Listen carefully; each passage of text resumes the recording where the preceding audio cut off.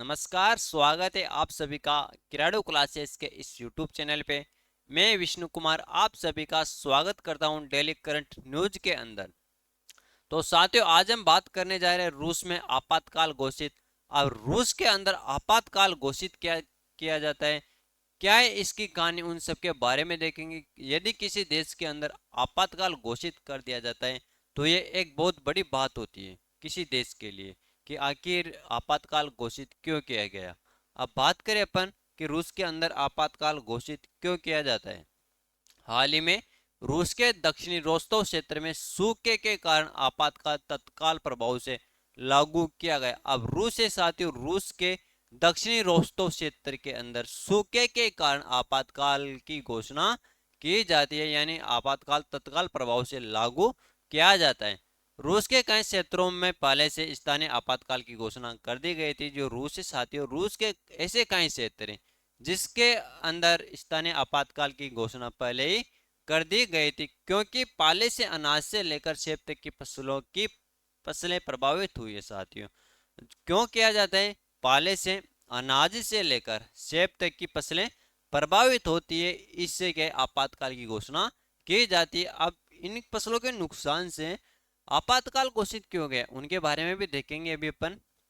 बता दें कि इस आपातकाल का उद्देश्य अनुमानित 30% तक की संभावित फसल हानि से निपटना है। अब यहाँ पर क्या है, फसलों का उत्पादन होता है, उसके अंदर 30% कितने 30% फसल की हानि हो जाती है। इससे निपटने के लिए आपातकाल लगाया जाता है। गौरव तलब है कि रूसी कृषि मंत्रालय ने अब तक अनुमान लगाए हैं कि मई में पड़ने वाली ठंड से लगभग 1 मिलियन हेक्टेयर फसल को नुकसान होगा। जो रूसी कृषि मंत्रालय ने अब तक अनुमान लगाया है कि मई में पड़ने वाली ठंड से लगभग 1 मिलियन हेक्टेयर फसल का नुकसान होगा। फिर बात करें, ये 2024 की फसल के लिए कुल बोए गए क्षेत्र का 1.2%, जबकि 7 लाख हेक्टेयर को नुकसान हुआ है। अब 2024 की जो फसल बोई गई थी, कुल फसल बोई गई थी, जिसके अंदर 1.2% है, जबकि 7 लाख हेक्टेयर को नुकसान हुआ है साथियों। रूस के कृषि मंत्रालय ने 2024 के लिए 132 मिलियन टन अनाज उत्पादन का पूर्वानुमान लगाया है, लेकिन सूखे के कारण इसमें कमी आ सकती है। इस कारण से रूस के अंदर आपातकाल लगाया जाता है। अब नेक्स्ट बात करें अपन कि सूखा क्या होता है। सूखे को अनाज सूखे को आमतौर पर विस्तारित अवधि में वर्षा की कमी के रूप में माना जाता है। यदि कोई स्थान पर वर्षा समय पर नहीं होती या वर्षा होती ही नहीं है तो वह क्या है, सूखे के अंदर आता है साथियों। सूखे को आमतौर पर विस्तारित अवधि में वर्षा की कमी के रूप में माना जाता है। अभी मैंने आपसे बात की, कोई स्थान पर वर्षा नहीं हो रही, समय के पश्चात वहां पर वर्षा हो रही, तो वह क्या है, सूखा पड़ता है वहां पे।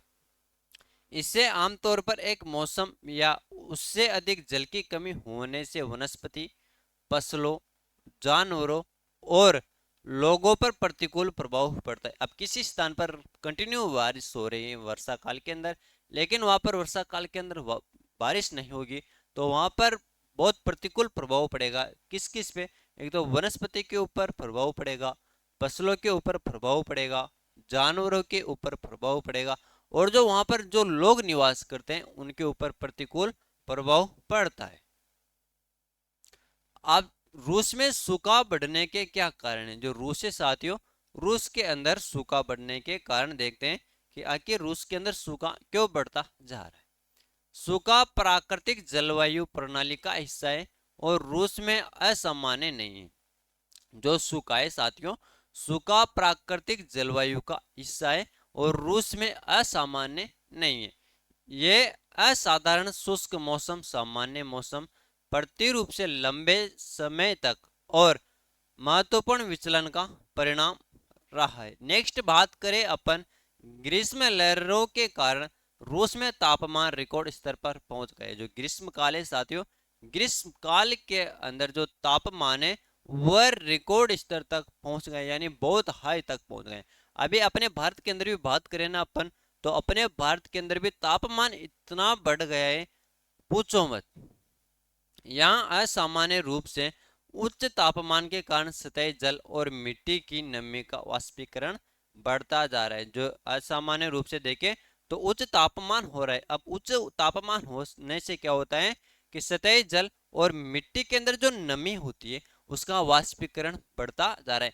कोई कोई स्थान तो ऐसे अपने भारत के अंदर भी जहाँ पर 55 डिग्री तापमान हो गया, कहीं 60 डिग्री हो गया। अपने राजस्थान की बात करें तो अपने राजस्थान के अंदर 50+ तापमान हो गया है साथियों। तो यही थी आज के इस सेशन के अंदर हमने बात की कि रूस के अंदर आपातकाल क्यों लगाया जाता है और क्या है इसकी कहानी, उन सब के बारे में हमने चर्चा की। तो सभी का यहाँ तक के लिए बहुत बहुत धन्यवाद। Thank you, all the best, जय हिंद जय भारत। मिलते हैं फिर एक कंटिन्यूज के साथ। धन्यवाद।